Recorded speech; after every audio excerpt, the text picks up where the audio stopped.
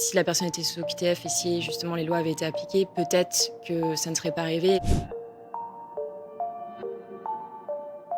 J'avais un dîner avec mon copain et je revenais du Monoprix qui est à 10 minutes à pied de chez moi.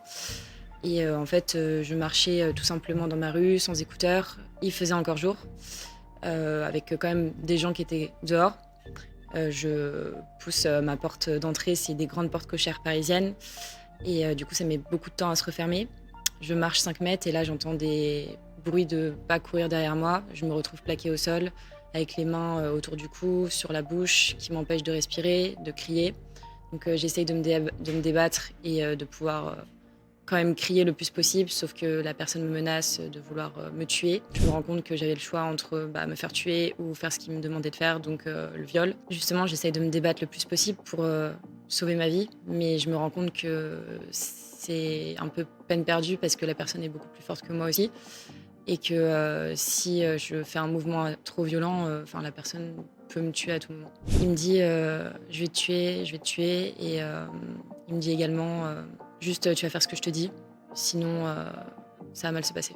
Personne arrivait, c'était très, très long et je voyais même, les pas, passer, sous la grande porte de gens qui marchaient dans la rue et qui, ne pouvaient pas savoir qu'à 2 m derrière une porte, il y avait un viol qui était en train de se commettre. Après, heureusement, il y a une voisine qui est descendue, du coup de l'immeuble et qui est arrivée. Du coup, j'en ai profité quand l'agresseur a tourné la tête pour, récupérer mes affaires et me réfugier derrière la voisine.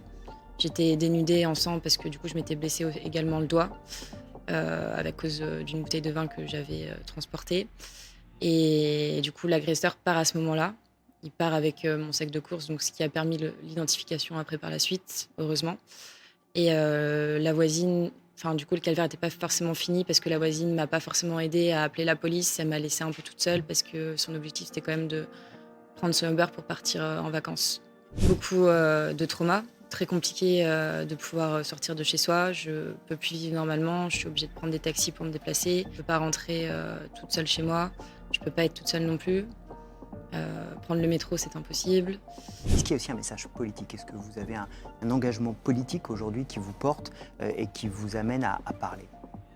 Oui, je pense que du coup, ça fait un petit peu réfléchir et j'aimerais bien aussi que justement, enfin, si la personne était sous OQTF et si justement les lois avaient été appliquées, peut-être que ça ne serait pas arrivé et le problème, c'est qu'aujourd'hui, il y a beaucoup de viols qui sont faits par ce type d'individus et j'aimerais bien, pouvoir un peu m'engager également, de ce côté-là et pouvoir faire bouger les choses. Vous militez déjà quelque part?